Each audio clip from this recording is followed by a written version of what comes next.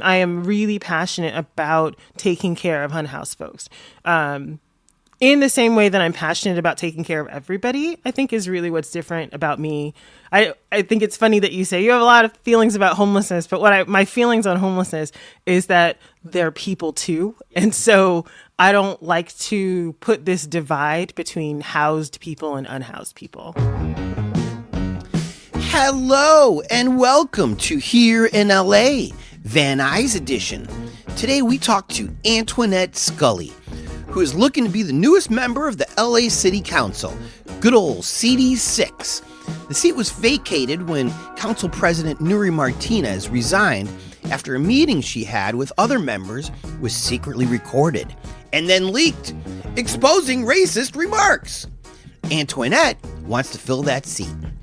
She's an activist, a mother, a lover of books, an apartment dweller, and she even has 2 bikes hanging from the wall of her pad. Rarely do we feature politicians here, but when Catherine from our Chatsworth episode recommended her, I said fine, because very few people know LA politics as well as Catherine does, and just like so many of our other recommendations, Antoinette was lovely. You'll see. So come with me now to Van Nuys to meet Antoinette Scully.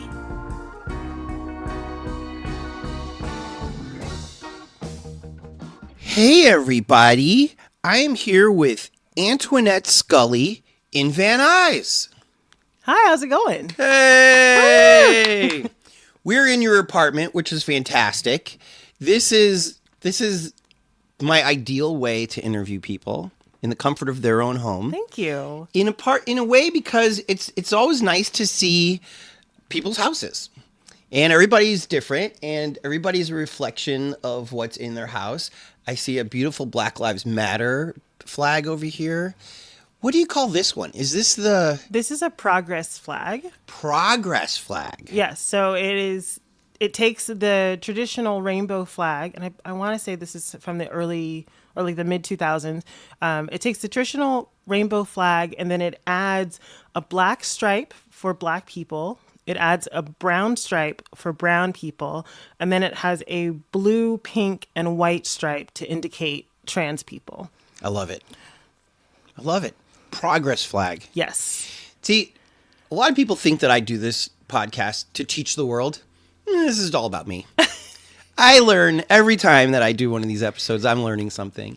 And so that's a progress flag. Awesome. This will be part of the blog post then. I also see a lot of books, but it seems like some of them are kids' books.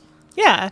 So, I mean, not only do I have kids, but I used to review books. And I think that you can learn just as much from a kid's book as from a, quote, adult book. Mm-hmm. If you want to learn a new thing, start with children's books. Because the writer had to really boil it down and make it easy? Yeah. Mm-hmm. And so if you want to learn any new concept, if you start, not even at like picture books, but I have like a picture book about the Quran. And but I always say, like, start with the middle grade books. Yeah. Because if you want to teach a kid that's in middle school that like 11, 12 to 13 to 15 age range, you really have to boil it down for them to understand it and then be able to act on that new information. Mm-hmm. So I really love middle grade books. I'm hearing an accent. Where are you from, Antoinette? I grew up in a small town called Eatonville, Florida, and it's about 15 miles north of downtown Orlando. Oh. Yeah. So I really love this. I am from the first Black municipality in America. It was established in 1887. It is not the first freedom town, right? There were other all-Black towns before this, but it was the first one to gain township. I grew up with Black mayors and city representation. Yeah. So I moved to LA in late 2008. Not all that long ago. I mean, what? It's like... I mean, Obama was 15, president. Yeah. Right after the president. What brought you out here? At the time, it was to start a family. The person I was dating came into the industry here, in the entertainment industry, and proposed to me. And so I moved across the country, 3,000 miles to get married and start a family. Mm-hmm. and I've stayed. I mean, I love living in LA. I love it here. That's so good to hear. Did you guys move to the Valley right away? Yes. I have almost always lived in the Valley the whole time. I had a few month stint in Santa Monica, a few month stint in Glendale, but for the most part, I've lived in the Valley, in and around Van Nuys, Sherman Oaks. So one of the reasons we're talking to you specifically today is you're running for city council. Yes. CD6? Yes. So there's a vacancy because Nuri Martinez, who was the LA City Council president, resigned, kind of in shame, but also she did the right thing by resigning because she messed up. Yeah. She messed up and there was a secret recording. She took accountability. Right. Which I don't think a lot of people give her credit for, but I will say that if you have to take accountability on hateful language, yes, move out of the way. And we say that because there is a council person, Kevin DeLeon, who refuses to take real accountability for it. And he's just kind of waiting for the end of his term where he's going to get slaughtered in the election if he actually does run. I don't think he would run again, right? I would have thought he would have quit once the president of the United States told him to quit. Didn't the governor also tell him to quit too? I think everybody... this became a national story. So did. I don't know anybody who was like, I don't know, maybe he should just hang out a little bit longer. I think that nationally across social media, I remember, oh my God, this is the funny thing. I remember him being on CNN and explicitly being like, this is not me. I don't know what y'all are talking about. And then behind him, literally is a video of him pushing an activist. With a Santa hat on. With a Santa hat on. So he's they're pointing to the video right behind him. He's like, I don't know what you're talking about. This can't possibly be me. I thought that would be the moment. I thought that was the end. And obviously we're still here. But it feels like there's not rules in place yet. Just like when we had our last sheriff. Obviously somebody who should not be the sheriff of LA. Yes. And yet there was no way to kick him out.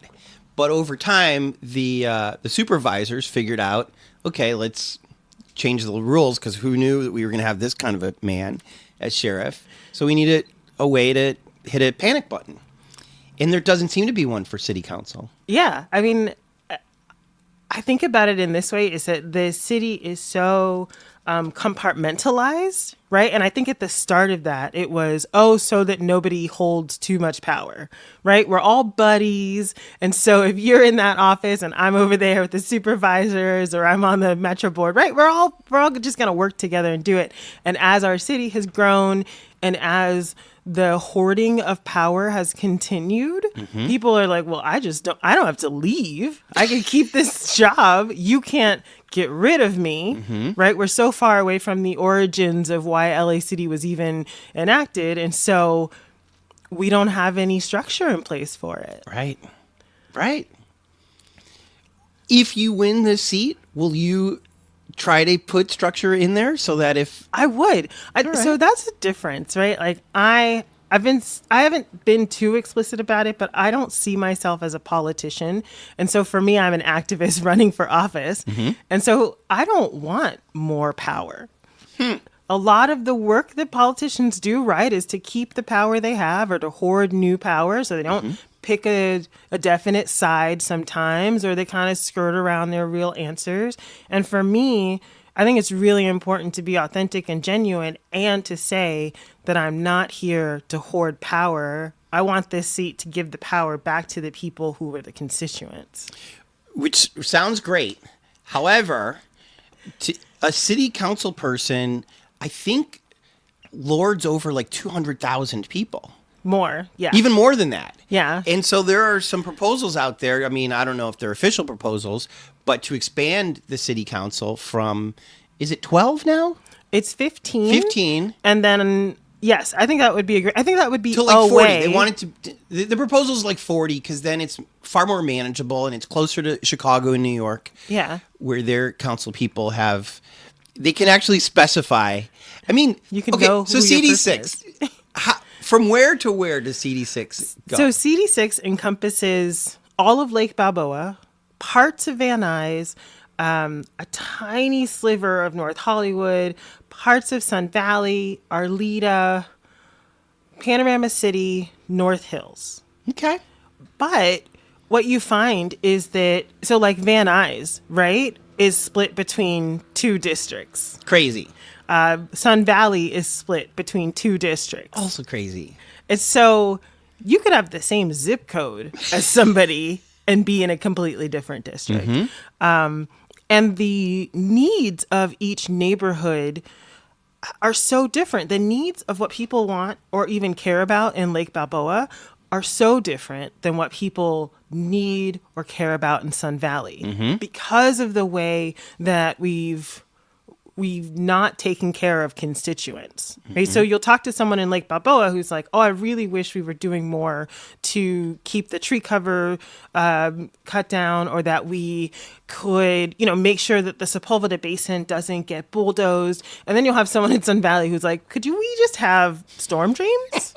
Because they were hit by major floods on that first storm. I mean, every time it storms. I was just in Panorama City last week, and it's the same thing. Panorama City, North Hills are lacking in storm drains, so you are driving through rivers to get around. And I get it why the city shuts down, because in some parts of the city, you just can't get around. You're standing in ankle-deep water. People's houses are flooding constantly. And so there is this need of services and care throughout the district, and we've been focusing a lot on like the resources that say Sun Valley or Panorama City needs, and I think that people in Lake Balboa feel left out, but also how do we manage all of these concerns of almost 300,000 constituents? And it's also kind of crazy for one city council person to have to deal with all of that. Yeah. I mean, but I think it goes back to what you're talking about with power. Most politicians want as much power as they can. And so they want this huge district. And I think what happens is, like you pointed out, the people are usually left out. Because a person only has so many hours in the day. Your staff is only so large. Yeah. So probably you're only just putting out fires most of the time. Yeah. I mean, with LA, where you have one of the largest population of unhoused folks, where our city itself is so spread out, right? It's a 20 or 30, it could be a 30-minute drive, depending on what time it is, from my place on the one edge of the district to Sun Valley, Arleta on the other edge of the district. And so, yeah, trying to just get around from place to place is difficult. Yeah. And I think that some people think that the neighborhood council system was that intermediary, right? Like every neighborhood has a neighborhood council, but even getting to all of those on a good schedule and being able to show up or send someone to each of those is difficult. Yeah. Do they, are they okay if you zoomed in, or do they consider that a diss? Right now, many neighborhood councils are still only on Zoom. Great. Not all of them. I think that some are going to only in person, which is terrible, because that's a disability concern for me. It is. But I think that they should be hybrid, and I think you should be able to Zoom in. But many of them are still only on Zoom. Let's, even though I don't really want to, homelessness is a big deal for you. Yes. I don't want to because I'm exhausted, and I don't see a lot of progress. And I also see people like, it hurts me when young, and I consider you very young, when young politicians make it into office, like my guy, Hugo, and don't take down the fence. Like, this is kind of why he won, was that fence, and he won't take it down. And it's like, wow, in months, you turn into the old guy? It sounds like you're going to make an excuse for him. I don't know. Please do. I don't know. No, I don't know. Because I want to feel good about Hugo, and I'm having a hard time. I think that the piece of campaigning and then the actual job that we're asked to do is so far that connecting that bridge takes some time. Okay. And how many months has it been since the election? 3, 5? Well, okay, but again, you're an activist. Yes. You're punk rock. I mean, I want things immediately. Right. But I know that city council takes years. So, But the kids ripped down that fence once he got elected, and he put it back up. They did. That's not punk rock.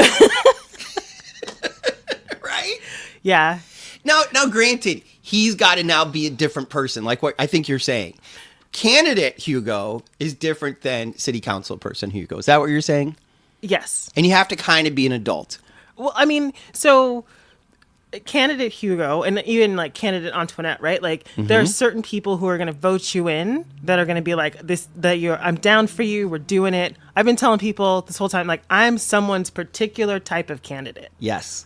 Right. But then council person has to be everyone's council person. Very good. And so I can see how there might be a disconnect between who you had to be to get elected and who you have to be to get the job done. Which is good, because our last president that we didn't like didn't do that. He was not the president for everybody. Right. And we don't want that again, right? We don't want that again. So I hear your point. On the fence in particular, not like I don't live over there. I was mad when the fence went up. Yep. I remember watching all the video of the police and how many activists and comrades were harmed just in the whole thing. And Journalists too. Journalists, unhoused folks, and I am really passionate about taking care of unhoused folks.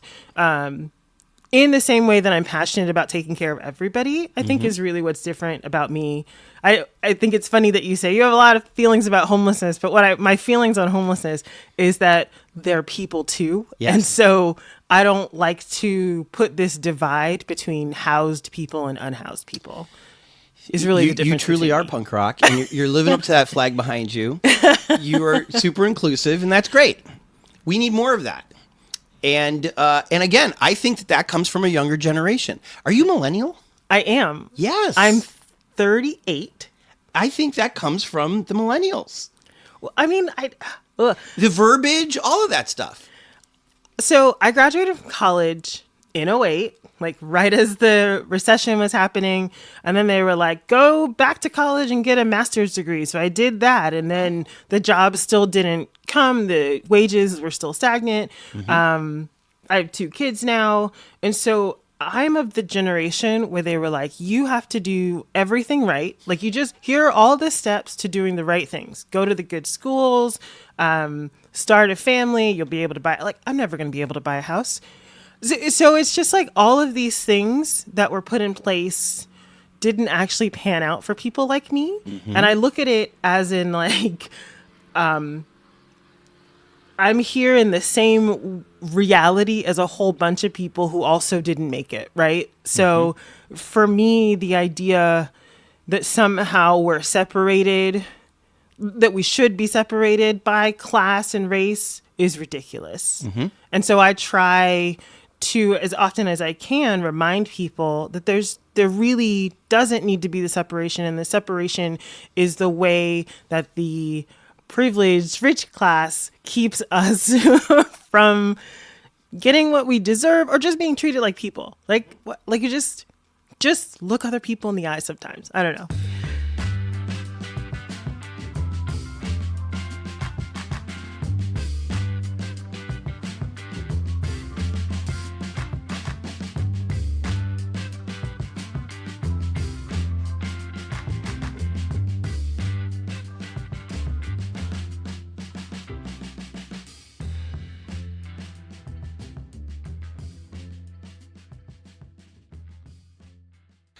Let's talk about homelessness some more. Okay. We have a black mayor, black female mayor. We do. Who is up against it already. She's being criticized by how she's handling the homelessness. What's her program called right now? It's called Inside Safe. Are you a fan of Inside Safe? I'm going to put you on the spot. You're going to put me on the spot. I have not been hearing great things about Inside neither. Safe. And I think it comes to being rushed. I think it comes into hiring service providers who aren't already doing that kind of service. How about the chief of police being involved? That's unnecessary. Right. And this is something I really do rail against. I don't think that homelessness is a criminal justice issue. And so I don't ever think that police should be involved. Well, also, they haven't shown that they know how to do it. Because I agree with you. But if somehow they are the secret weapon, fine. Let's use them. But they're the opposite, it seems to me, in LA. We would have known that. We would have known that a year or two ago when they enacted 4118 if the police were the secret weapon to ending homelessness. And the other part that I think that we're not doing enough, and we're doing it through the activists who are supporting people, but we're not asking unhoused folks what they need and what kind of services would best meet their needs. We're just creating programs without their understanding or without their input. And then we're mad that they don't want this thing that really helps housed folks or just makes the streets, quote, more beautiful, end quote, right? So for me, Inside Safe feels like more sweeps without actually solid housing and resources. Recently, I heard that some of these people have been moved from one location to another, which, to your point about rushed, it seems rushed. It seems like there wasn't a set plan. There wasn't an agreement with these motels or... Some places don't have food or bedding. So, I mean, I'm getting a little bits and pieces here and there from other activists and from other articles that are out, but it does feel like we have service providers that have been doing this, and instead of giving them money to do it, we gave other people money. I don't know. Like, I'm not convinced that Inside Safe is doing what it's supposed to be doing. Should the mayor be reaching out to you for advice? Personally? Yes. I will say that my work in homelessness is still newer than many other people who've been doing this in the city for a long time. And I continue to learn from other people who've been doing this. I fell into it in 2020. I was one of the crazy people that when everybody was running inside, I was like, I will go outside and help as much as I can. How can I help? And what that ended up being was working with a homelessness service provider that wanted to replicate their system from North Hollywood to Studio City. And I was like, I could do that. Do you want to give them a shout out? It was NoHo Home Alliance. Okay. And I loved their work. And their work is not just we're the service provider, we know everything. It's that we have people who volunteer, we have staff people who are well and knowledgeable, and then we also have community members who plug in with staff to help get things done. And that was one of the things that I think really changes the model, is that if you have someone who's living on the street and they happen to see the same neighbor all the time, and they need support, that neighbor can plug into a service provider to say, hey, I know that my unhoused friend doesn't have a phone. You can call me and I can walk over to them and help them get the thing that they need. Or I can reconnect you, or I can make sure they make it to a resource center, right? That was the thing. And I feel like that changed the lives of so many people because you didn't have to be a caseworker to help someone. You could help your neighbor and then that person could get services because you could have an extra person advocating for you. And I feel like we all know somebody like this. I give a jug of water every week to my guy because I read an article in the LA Times that said kind of what you did. Ask them what they want. Don't just give them your weed. Like, maybe they really want some vegetables. He asked me for some pants the other day. I almost cried. And I was like, what size are you? There's a Goodwill over there. Of course I'll buy you some pants. Yeah. You know, but mostly he's like, a man can always use a jug of water. And so every time I go grocery shopping, I give him a jug of water. And when I talk to him and I say, you know, there's services out there, he's like, I don't want to be told what to do. I'm very happy living in this doorway, even when it rains. And he's been doing it for like 20 years. I'd much rather live in this doorway and be awake at the crack of dawn and then be on my way and then be back here when the sun goes down. And these people in this apartment know who I am, and they're cool with me. And I don't know how else to help this person, because even if we had an apartment across the street for him, I don't think he would use it. Do you find a bunch of people like this? Or is this a type? Yeah. I mean, there are people who have figured out how best to live on the street, and so they are safe and they are comfortable in that way. To the point of being told what to do, the service providers who have shelter, right? They want you in at a certain time. Yeah. If it's an overnight shelter, they want you out at a certain time. The same thing with the car one that I'm all of a sudden... why am I blanking on this? I know what it's called. Safe parking. Oh. Right? Safe parking. If you have a safe parking location, you can park there from a specific time. And so I think that part of it is that we ask adults to revoke their freedom and autonomy for shelter and support. And I wish that we had better structure for that. For shelter they're not even asking for. Right. We're thrusting it on them because we think that's the right thing to do. Yeah. So in your perfect world, there's still some people sleeping outside because that's what they want? I mean, we don't get mad at people who backpack through the Appalachia with tents and backpacks, or we're mad about local unhoused folks who would rather sleep outside. But there is this culture of being, what is it, hashtag van life, right? Right. Yes. That we uplift because it's trendy. And so I think that, yes, there will always be someone who wants something different than what I want. And how can we accommodate that in a compassionate way? Right. There was millions of dollars that the Biden administration gave to LA that I believe LA gave back. And this was meant for homeless people to be in hotels or abandoned buildings. Are you familiar with this at all? I'm a little bit familiar with it. And some of it is that the restrictions that came with the money, we couldn't accommodate. Oh. And so we couldn't use it in the ways that it was structured for. And so we had to give that money back. It seems... It came with strings. And those strings were bad? I don't know if they were bad, but it was just, if you couldn't accommodate that, if you couldn't build enough, if you couldn't get that many people, right, then you couldn't spend that money. Are there empty hotels, motels, buildings in your district to be that people could move into? Because I'll tell you, downtown LA, I pass the Standard all the time. It's abandoned. And I look at it and I'm like, okay, well, it's not huge, but you could probably put 200 just women in there. And maybe the bottom floor could be medical and dental and there's many more job training. Abandoned lots here than I think empty buildings in this district. But this is you're saying here in CD6. In CD6. So what would you do with the abandoned lot? There's all of this tiny talk. homes. Are you pro tiny homes? I am. Oh man, I'm pro shelter. Isn't that shelter? The tiny homes have their own caveats too, though.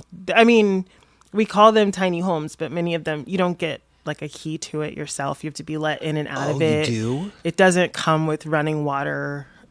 Like they have bathrooms on site, but they're not in each individual unit, and so it's not a home. It is shelter. You don't sound crazy about this. Arnold Schwarzenegger spent all that money over by the VA to give these people. I mean, they do look like tool sheds. They are. And I hear some of KDL's tiny homes flood because they didn't put them up right. Whoever owns the resign. Whoever owns the pallet company is making a lot of money. All over, not only just in our state, but in many states. I've gone to Oregon has them. I've traveled just a little bit, and you can see this very specific pallet, tiny shed all over, and they have made a lot of money. So the regular old pallets that I see in Walmart, those don't work on tiny homes? You need a special one? I mean, they're a special company, I think, that's doing okay. them. Okay, so It's not that I'm against them. I will say that I've had clients in the past who were very happy to get off the street and into a tiny home. Oh, good. Because what they wanted was a door to close behind them. Yeah. And the tiny home shelters provide meals. They have caseworkers. And so for some people, getting off the street by any means necessary was what they needed. Some people were happy to go into the congregate shelters, right? I just need to not be on the street anymore. A bed is all I need. Give me a tiny little nightstand to put my stuff in. I'm happy to sleep in a room with 50 other people. So, I mean, for me, it's not about like what I need and what I want. What I think should happen is there should be many options. I actually think that if we had less restriction on some of the Project Room Key sites, that would be my most favorable ones, where people could go into a hotel room that had the same sort of structure as an interim shelter. They gave meals, they had caseworkers on site, but then you not only had a door to close behind you, but you had a bathroom that you could use as well inside your own space. crazy idea. But then you think about, you're asking about the abandoned buildings. And so it is not just, can we move someone off the street tomorrow into an abandoned building, right? Like that's a whole process to make sure that we turn all the electricity back on and that you have enough staff member to not only do the food part and the outreach part, but that you've got, I mean, they do security for all of these and that they have someone to pick up and drop off linen and that they have beds and they, like, so an abandoned building comes with a lot more upfront work, I think, than people are trying to do to solve this tomorrow. For sure. But I heard some number that it was like $100,000 per tiny room or something like that. And I was like, who's making the money there? Antoinette, both of us would be rich if we were in that business. Forget the pallets. But $100,000 for a little, isn't that crazy? It takes a lot of money to get one room. I don't think it's $100,000. I feel like it was $10,000 to build. 10,000 sounds reasonable. To build. That's not the number I heard. A tiny home. I think that was the number I had originally heard, is that every one of those tiny homes was like $10,000. Makes sense. But that also, makes sense. They still don't have bathrooms. Well, then There's so many people on the street are disabled. And so it is difficult to get your body that's been weathered by actual weather, by sleeping on the ground or sleeping in your car. I mean, have you ever slept in your car more than like one day? Do you know how terrible your body feels? Yeah. And then to think, oh, I need to be able to get from my tiny shed to a bathroom that might be on the other side of this facility, right? Like, so I don't want to make it seem like it's not for everyone or like it's not from anyone, but I will say that living on the street does so much mental and physical damage that I really wish that most of the solutions were as convenient as possible. So now the president needs to consult with you. Fine. Work on Project Room Key, which in theory was a great idea, but it just didn't turn out that way. I mean, I only know of one hotel that it was used, and that was the, is it the Los Angeles hotel? The one that both Huizar and the Chinese guy were involved with. So I think it was very easy for the city to take that away. Oh, you know what I'm saying? Yeah, the ones that I'm familiar with, because, so the city is separated into different spas and then into different like precincts or whatever. So for me in the Valley, I only got to work with like the Airtel that was here in Van Nuys. Oh, what's the name in Hollywood? Airtel. Yeah, Airtel was. How many rooms did that have? I have no idea. But they like closed the hotel and then take it over and then like shut everything down. Like they don't have phones. Like that was the thing that was really funny to me, is that like they take out all the phones. What did they think these people were going to do with the phones? I don't know. But that's the thing. Like landline phones. We remove the conveniences that everyday people want, and then are mad that unhoused folks have preferences. Like, because they're not human to these people, right? Yeah. And if we saw unhoused neighbors as a neighbor, then we wouldn't think, oh, well, I will take out everything. I will just fire all the staff and we just won't have anything here but security and some outreach workers. And that'll solve the whole problem. And so from my perspective as a caseworker, it wasn't so much of like how many beds are there and, you know, who's running it. It was sort of like, can I please get this one client off the street today? Usually the answer to that was no. Because there's not space. But a lot of it comes down to who you know, and who's willing to move people up and down the homelessness management system to get your person off the street.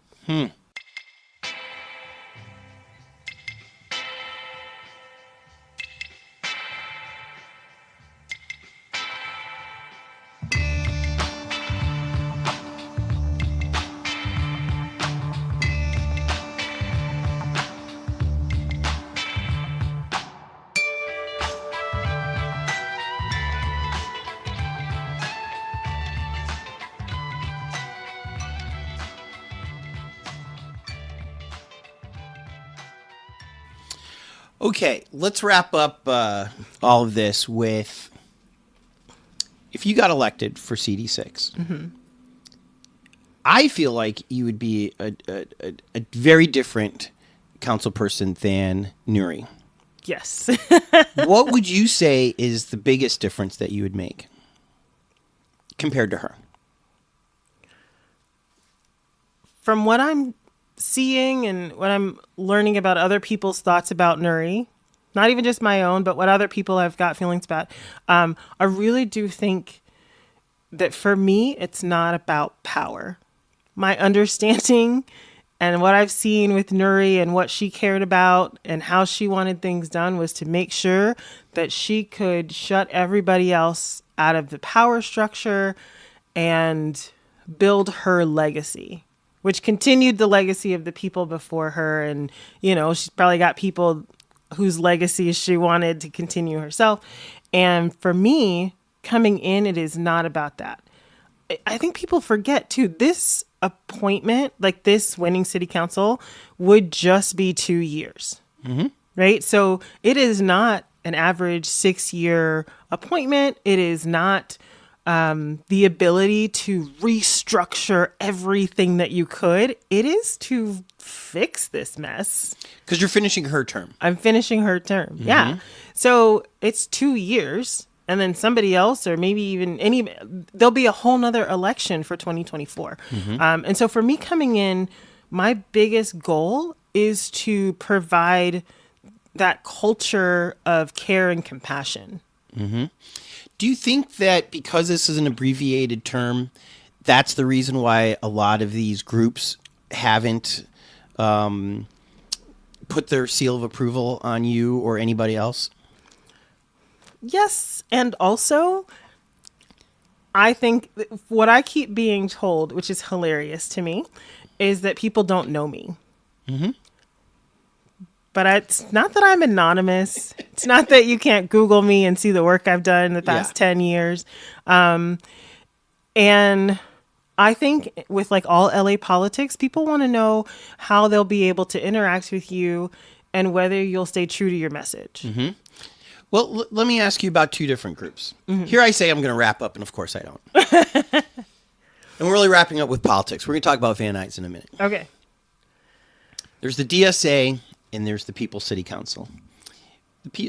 Richie has been on this podcast. Okay. Special 2-hour episode, because he and I, we can talk. And he was great. But, okay, Is there somebody more to the left of you who's running for this position? Not in the least. Then why are they dragging their feet? I mean, did you see the LA Times article of, no, we're not in the valley. We don't know who's over there. We don't organize in that part of the city.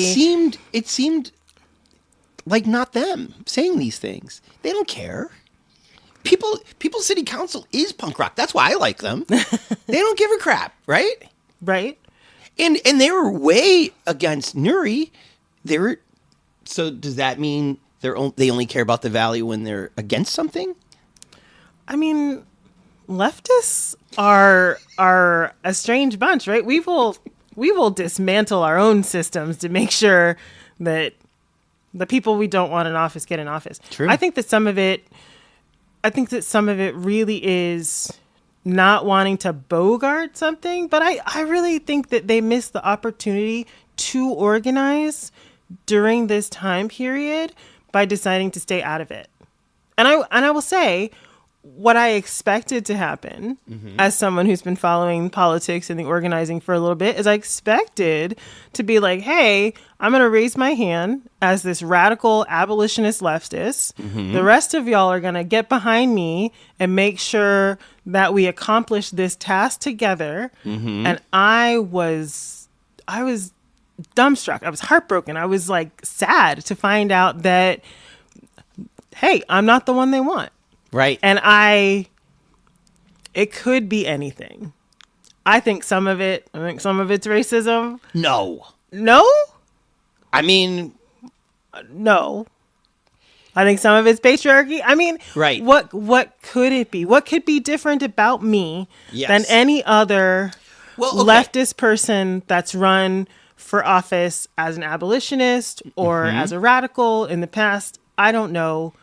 6 to 8 months. So maybe racism in the fact that maybe they want a Latino to represent a majority Latino. Maybe. Is that what you're thinking? No, that was not what I was thinking. But let me put it this way.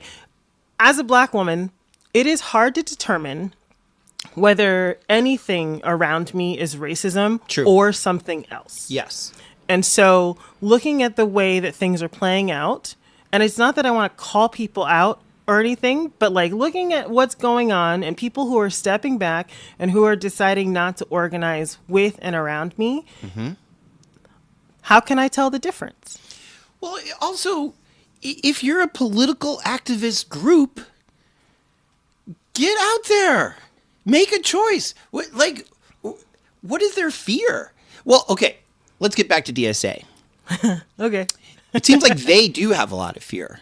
I feel like they are different than People's City Council. They are very different. So yeah. I was in DSA. I joined DSA in 2020, and I did not renew my membership at the end of this year, 2022. I mean, I came into DSA very specifically to join the Afro Caucus that had been already there. I wanted to organize with more like-minded people. And the longer I stayed in, the more excuses came up as to why we couldn't organize for and around Black and brown people. Crazy. Completely dismantled their Afro Caucus because of their own anti-Blackness. And then, and this would like clear up the record about my involvement of the DSA electoral politics piece. You have to get a certain number of DSA members to sign on to whether DSA should endorse you. As a Valley member, we don't have that many folks. And so I couldn't accomplish the number of people that you needed to sign on to actually go through the DSA endorsement process. Now, before all of that, they still had all of this anti-Blackness. And I mean, you've seen DSA make comments about not even caring about the Valley. Who cares what their races are because nobody important lives over there anyway. So DSA has done a lot individually. I won't say it's the whole collective, but individually members have done a lot to push many of us out of those spaces. Yeah. And so I was not surprised that I didn't get a lot of support from the DSA piece. And maybe it was a blessing in disguise because it doesn't seem like you're aligned with them any longer. I think I'm more radical than some of them are. But I mean, That's kind of how it is. Then let's take it one. We can end with this. I don't like the phrase defund the police. Okay. But I agree with what's underneath it, which is moving the money from. I mean, you don't need $8 million a day to be police in LA. No. You don't need to pay these people what they're being paid to do what they do and have these results. You could give that money to people who are actually good at their jobs, especially when it comes to things that the cops aren't very good at. I mean, not everybody's great at everything. Right. You know, Babe Ruth struck out a lot. So maybe he doesn't get to bat when there's a strikeout pitcher on the mound, right? Right. And so when there's a homeless situation or domestic issue, maybe not bring the man with the gun. Right. Right? Right. So Hugo kind of ran under defund the police. I don't think that you're doing that, are you? I'm not calling it defund the police. Mm-hmm. I'm very explicit as an abolitionist. And people are like, what do we do with that? Especially because the message that we've put on everything is to bring care to the valley. So I show up in places and I've got my protest t-shirt on and I've got the flower in my hair. You got is that a daisy? Is that a Gerber? Sunflower.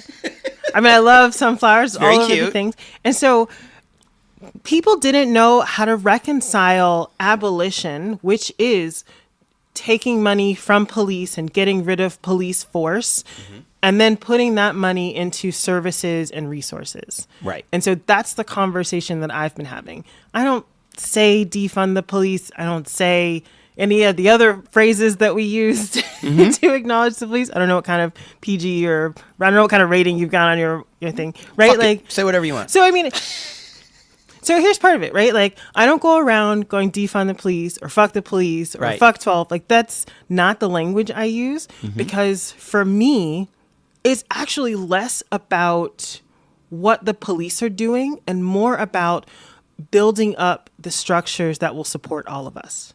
And so when I talk about myself as an abolitionist, it is from a care perspective model. And I think that when people actually learn that abolition, as far back as slavery, wasn't just to stop slavery, but to move the idea of capitalism away from harming people's bodies into a different system, then we can look at, well, why don't we do it this way now, right? This is to remove the structure of capitalism and oppression from the bodies of Black and brown folks into a different structure to help more people. I love it. I love it. You sound like a politician when you say things like that. Hate to break it to you. Hate to break it to you. Politicians are rarely poor after a little while. Yeah. So you may get that house you think that you may not ever have. I mean, well, I would love to be able to take some of that money and support people. I think that's a much better. You're such a hippie. I am. God bless you. I love my little apartment, actually.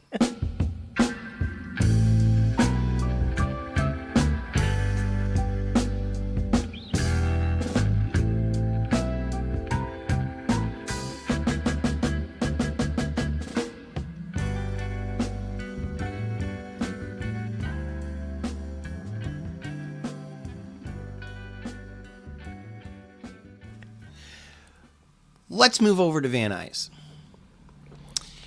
I am an Uber driver by day to support this podcast. And it has worked out perfectly. Really? Because it allows me to drive everywhere in LA and talk to the people. And so just this morning, I drove a young teacher who's about to be a teacher to her place not that far from here. And I said, if you were going to make a postcard about Van Nuys, who would be on it? What would be on it? And she couldn't think of a thing. And again, that's another reason I'm doing this podcast, is because the Valley, in my belief, even though it's as big as San Diego, doesn't have the greatest PR, doesn't have traditional landmarks. There's not like a giant tower with a disco ball on top of it. No. You know? Even Santa Monica's pier has that cute little pier sign that you can put on a postcard. Yeah. But there's really nothing in the valley that's like that, which is okay. We have to be more subtle with why we like things. So what are some of the more subtle things about Van Nuys that you like? I like how much more walkable places are in some parts of the city. Right? So from where I am, I can walk across the street and like go to a 99-cent store, or go to, there's usually street vendors. And so I can walk a block up to Van Owen and get, food or drinks or whatever. I'm in biking distance to a lot of the places I like to eat. What? You have a bicycle? I do have a bicycle. You can't see it from where you're sitting, but I'm I actually obsessed with people having bicycles. I actually have a tiered freestanding bicycle holder, a rack. It's a bicycle rack. Do your children ride bicycles? My children do not ride. It's not safe here. It's. I only want to ride bicycles on the bike paths, but I will ride it in the street. Even in the valley, it's not safe. No, I wish it were safer. Is that fixable? It is fixable. Good. If we had more bike lanes, if we had more protected bike lanes. Yeah. If we built, so I am quite literally across the street from the Woodley Orange Line station, which means I'm across the street from the bike path. Mm-hmm. And if we had more of those, like parallel to the same Victory Boulevard, just like farther north and then farther south, yeah, I think that would be amazing. Mm-hmm. I think it'd be great. But one way to get more bike lanes, and it's already in the mobility plan, I talk about it a couple of times here and there, but they will paint a bike lane when they repave a road. Oh. And the city council people just have to ask for it.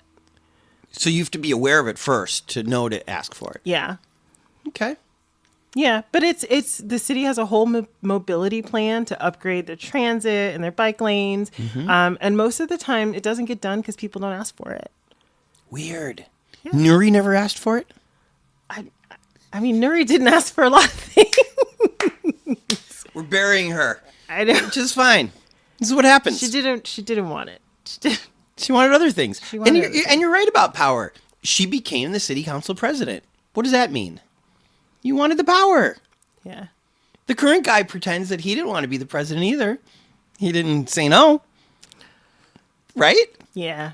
Yeah. I mean, it's always about power. And I say that as someone who feels really icky about it, but I will say that, in these situations, being able to distribute power, if you have that leadership and you say, okay, I'm the city council president, how can I make this leadership role work best for constituents and work best for everyone? I think that is an okay thing. I always get this really icky feeling watching the city council president yell at activists in the back of the room. Like, oh, they're the constituents. And for decades, the city council and the media complained that Angelenos weren't being involved in city government. Now you have them. And the LA Times is calling them idiot protesters. Both the city attorney and the council president are kicking them out, calling them names, looking down to them. In many ways. Yeah, it's a case of like, yes, we want your input. No, not like that. Yeah, not like that, and not you. Yeah. If those were old ladies. Or sometimes they are. I love it when it's the old white ladies who come with white people for Black Lives and they're shaking their friggin' pennies and quarters into water bottles. Yes. I love that. We'll get to Black Lives Matter in just a minute. Give me one more thing about Van Nuys that you love. Oh, you know what I love? And I think this is just as a person who didn't grow up here, because other people don't notice it. I love that every time I'm in my car, I'm on my bike, whatever, I can see the mountains. Yes. So I growing up in Florida, right? Everything is super flat. And it doesn't matter where I am going. I get to see mountains the moment I leave my apartment. And I'm that person who's in the car on the 101 that's like, ooh, the mountains today, right? Like, ooh, it's so clear. Or, oh, I can't see the mountains. It's too crowded. Or it's green. Or there's snow up there. Yes. I'm the same way. every day. And I think of the valley, really the imagery of like the mountains in the background with the sunset and like the hills and stuff. That's what I think of as valley life. So I don't know. I love the mountains. What's your favorite food spot? Yours, not the kids. Because I know moms kind of put themselves in the back seat for the kids. Well, we go to this pizza place. Forget the pizza place. What do you love? There's a Thai place down the street that I really like. What do you order when you order Thai? Oh my God. I almost always order chicken fried rice. What's wrong with that? It's a very... Chicken fried rice at the Thai place? I know. That is the... But maybe it's response. good. Is it? It is so good. It is so good. Okay. Let's talk about Black Lives... We can wrap it up with Black Lives Matter. For a little while, it was great. People were in the street. They were mostly not even black people. Mm-hmm. I see it in people's windows. Growing up in an all-white suburb of Illinois like I did, never dreamed of anything like that. Never dreamed of Obama as my president either. Or Michelle as my first lady. Like, all of that was kind of a dream, a beautiful dream. And then this Black Lives Matter thing showed up, which also I never expected. Yeah. And then the police just got meaner. Here they are talking. But poor Colin Kaepernick lost his job, peacefully protesting, blackballed out of the NFL. And the cops just got uglier and meaner. Even the LA cops got uglier and meaner. LA cops, the LAPD is one of the most dangerous police forces in the country. Because they brutalize their suspects. Yes. Right. Is there anything the city council can do about that if you became the city council person? About police in general? Yeah. Or Is there anything you can do? I mean, for me, I've declared that I wouldn't vote to increase the police budget. You have stated that you would not increase. I have stated that I would vote no if there was a budget increase. Whether that stops them from increasing the budget when you have one or two people voting no. Mm-hmm. But okay, but who? I lose nothing. But again, we have Nithya now. Mm-hmm. My man Hugo. Unisys. Yeah. So maybe it's not just one person who'd be voting, but are those three solid on that side? I thought Nithya wasn't. Oh, right. I know. I was so sad. And there's a poster of her next to Bernie. I was actually really sad about that. Well, okay. What do you think happened there? What happened to Nithya? I think that she had to accommodate to the job that she got hired to do. So the rich Los Feliz people said, but we like cops. And she couldn't say, how's $7 million a day? It's still $7 million a day, baby. I mean, I try not to... I try not to be like, this is how people should do their jobs. The thought I had with Nithya is that she could have voted no, and it still would have passed. They still would have increased the police budget, and maybe she loses nothing because it would have been the values she said that she has. Mm-hmm. And so for me, I know that as my one voice, I might not change everything, but for me, it would be a values-based thing to say, this is not something I believe in, and everybody else might vote for it, right? You might get 14 other people that vote yes to increase the police budget, but for me, that's not my values, and so I wouldn't. It's not your values because they have enough money as it is? I mean, it's not... No, it's not my values because I don't want there to be more police. Mm-hmm. And so I would... Because they're dangerous and they kill people and they are bad at their jobs. I mean, all police or just these police? All police. Mm-hmm. I mean, they only solve, 1% to 2% of crimes anyway? Is there a big city where the police are good at their jobs? I have no idea. I haven't seen it. I haven't heard of it. And I keep hearing that police have like half the budget of most major cities. Right. And, again, Mayor Bass, who we probably both voted for. Yes. Yes. Fell into that same trap.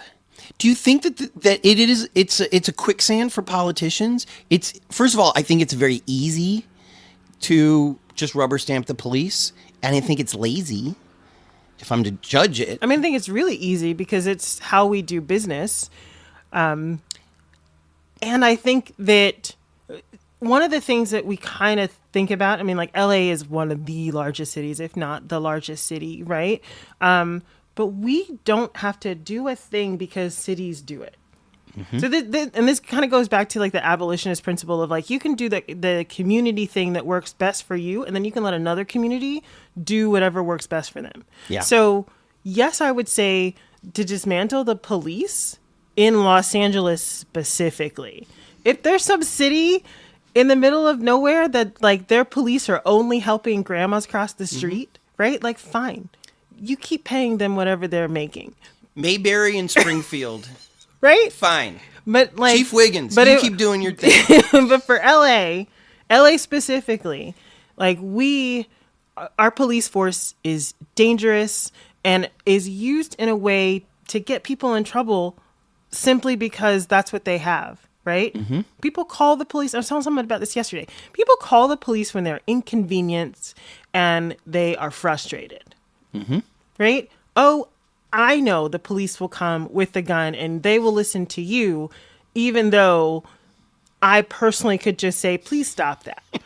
Right? Like, no, I'm going to call the armed guard to come and stop you from this inconvenience. Mm-hmm. And so when we have a whole society that relies on simply just getting other people in trouble, we should remove some of their funding. Mm-hmm. Do you follow Film the Police LA on Twitter? I do. My man William? I do. Okay. When I say I follow people on Twitter, I'm on it occasionally where I'm like, oh yeah, I totally agree with that. That's good. Yeah. Good. Well, the reason I ask is he films the police. Yes.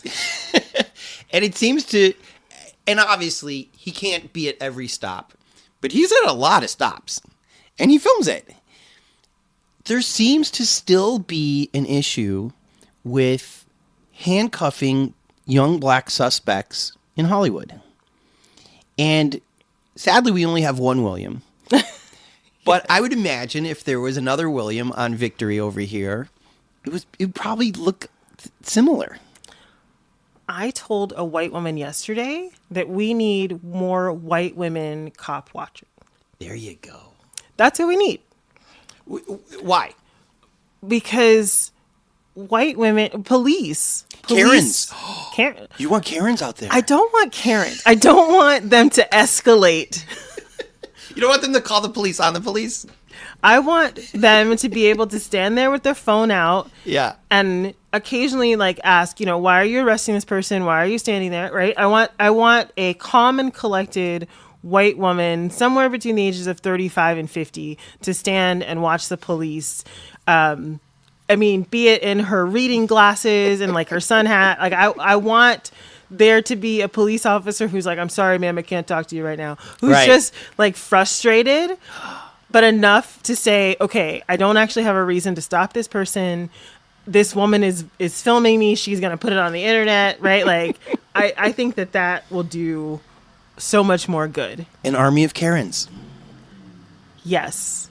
Maybe we'll call them Cathys. Yeah. What is the name for the ones who are on our team, right? Who want to actually help? Yeah. Okay. So, why do you think they treat black men like this? Do you think that they're afraid of young black men with their hip hop music and their cool sneakers? I think they can get away with it. I think that's the one group they could get away with. I think that they can get away with it, and I think that I think it's ingrained that police are there to stop crime, and crime is young black folks. That's what I think. I mean, this goes back to, goodness, what was it? Was it Miami-Dade? It was some Florida police department that was using mug shots as shooting gallery photos. Right? Like you do this training and you're like, oh, here are all the bad people. And they just, I don't know, happen to be black folks. Don't worry. Like, it's just a coincidence. And so then when they're on the street, They see every black person as a threat. And I did a little bit when I was in high school, which is not the best story. But when I was in high school, I was convinced, a police officer, a school resource officer convinced me that doing police explorers would be good for my future. And so I did a little bit of that. And so I know that police are trained to very much think that everyone else is a threat. Right? A traffic stop is the scariest thing you can do, or a crime scene is the scariest thing you do. What if they're still in the closet? Right? Like, so there's all of this. They are trained that everybody around them is going to attack and kill them. Yeah. And for me, the thing that catalyzed this for me, I was already doing racial justice work and really paying attention, but like Philando Castile's murder was the one where I was like, you can't tell me that we're doing this right. He was the one sitting in the passenger seat. Sitting in the passenger seat. In Minnesota? Minnesota. He was a teacher? I think he like worked at a school. I don't know if he was very specific as a teacher. Worked at a school, said explicitly, I have a gun license. I have a gun in the car. Do you want me to show it to you? Child in the back seat. Child in the back seat. Philando Castile and I are born the same year. His daughter is the same age as one of my daughters, and that incident. And I remember being on Twitter at that time, right? In the middle of the night, a parent up with a, small child being up and looking on Twitter as they go, oh my God, the police have killed another person. And then like learning more and more about this person as the day goes on. And I stopped driving in Los Angeles because at that moment I was like, he did everything he could have and he was killed. And if my child could be hurt just from sitting in the same car with me, I don't need to be in a car ever again. And so when I think about defunding the police or just making it so that they're not everywhere, that's what I think of. I think of how many more people can be saved if the police only did the scariest things that police can do. Get them out of homelessness, get them out of mental health, get them out of traffic stops, stop giving people jaywalking tickets, like just stop cruising around the city looking for trouble, because that is when we get hurt. And so, yeah, that's my thoughts. Antoinette, a dark way to end, but maybe the perfect way to end. Best of luck to you on April 4th. Mm-hmm. Who's your biggest competition? Who do you think is leading the pack, if not you? If not me. There are 3 candidates who have a lot of money. A lot of money. The other thing I need to ask you about. Establishment. You're not taking big money from people. No. I'm not taking big money from people. Do you think that's smart? Do I think it's smart?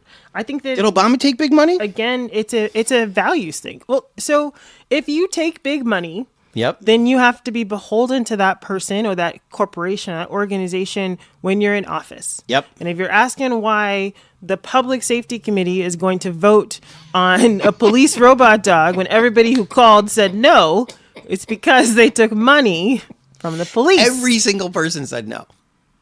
Yeah. Almost every single person. And by the way, I'm so sorry I'm interrupting you. No. But that was such an interesting vote, because then like 2 weeks later...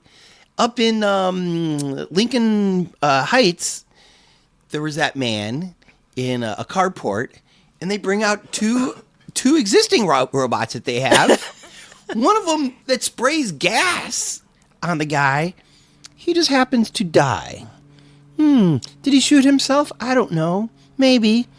Or did the gas do it? So they already have killer robots. They do.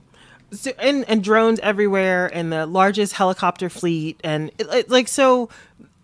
But all of this is to say, I'm not taking corporate money because I want to be able to work for the constituents. Great. I don't want to be beholden to the corporations who say, "Oh, we gave you an election, now you have to vote yes on what we want." Have other city council winners followed this path? Did Nithya not take money? I don't know. I don't know either. I don't remember. I don't think Hugo did. That sounds like a thing Hugo would say. Like he probably wouldn't take corporate money. Yeah. Yeah. Okay. So if it works, right? There's some other front runners who are also taking corporate money. And again, I am someone's particular candidate. And who is that someone? The person who wants change from the outside. The person who wants at the beginning of this, we were calling it like a policy-driven outsider, right? Like somebody who's not a part of the establishment, someone who cares deeply about the constituents in the city, and someone who's not working their way up through a political career. This is not a stepping stone for me. I'm not looking to be mayor or assemblywoman or whatever. Too late. This for me is really about creating a culture of racial justice, equity, and compassion. And so that's why I'm running for office. Much better way to end. Thank you, Antoinette. Thank you so much. How great was Antoinette? You know who we'd move away from Florida for? Our Patreons. When you stoke us, you're saying, Tony, Jordan, thank you so much for showing us all these cool people. Here's a pickup truck of money. Thank you. So shout out to our Patreons, Nancy Rommelman, Sean Atlow, Matt Mills, Sean Wallace, Greg and Molly, Jamie Taylor, Mark Johnson, Kira Ann, Barney Granke, Ben Welsh, Jen Adams, Trevor Wilson, Bree Wild, who's recovering from a cold, feel better, Dougie Gyro, Christina Up North, Robin Carey, Adam Shorn, Ben from Down Under, Chris from the ATX, and our newest Patreon, Gregor. To be a Patreon, just go to patreon.com/hereinla and give till it hurts. Also, shout out to our Angelinos. To be an Angelino, all you got to do is PayPal or Venmo, $25 or more, and we will list you on the Here in LA website or Medium blog forever. Just send your hard-earned cash to busblog@gmail.com. Want to support us, but you just gave all your spare cash to the politician of your choice? You can still help. Post your favorite episode on your Facebook. Go crazy and post too. You know, in 2023, I yearn for a day that somebody posts 2 of their favorite episodes in the same day on their Facebook. That's my little goal. I'm pinning it to my wall next to where my bicycle should be. Pin. Tweet something nice about us. In fact, anytime you see me tweet about an episode, retweet it. And for God's sake, tell your friends. Tell them how Here in LA is spelled, and then it's on Apple Podcasts and Google and even Spotify. Here in LA is produced by myself, Tony Pierce, and a man who is the mayor of Funk Street, Jordan Katz. Editing, mixing, and music supervision by Jordan Katz. Songs by Oregon and Jordan Katz. Special thanks to Cindy for creating the logo, Jen for inspiring this, and public servants who truly want to do the public's work instead of grasping for as much power as they can have. Thank you for all you do.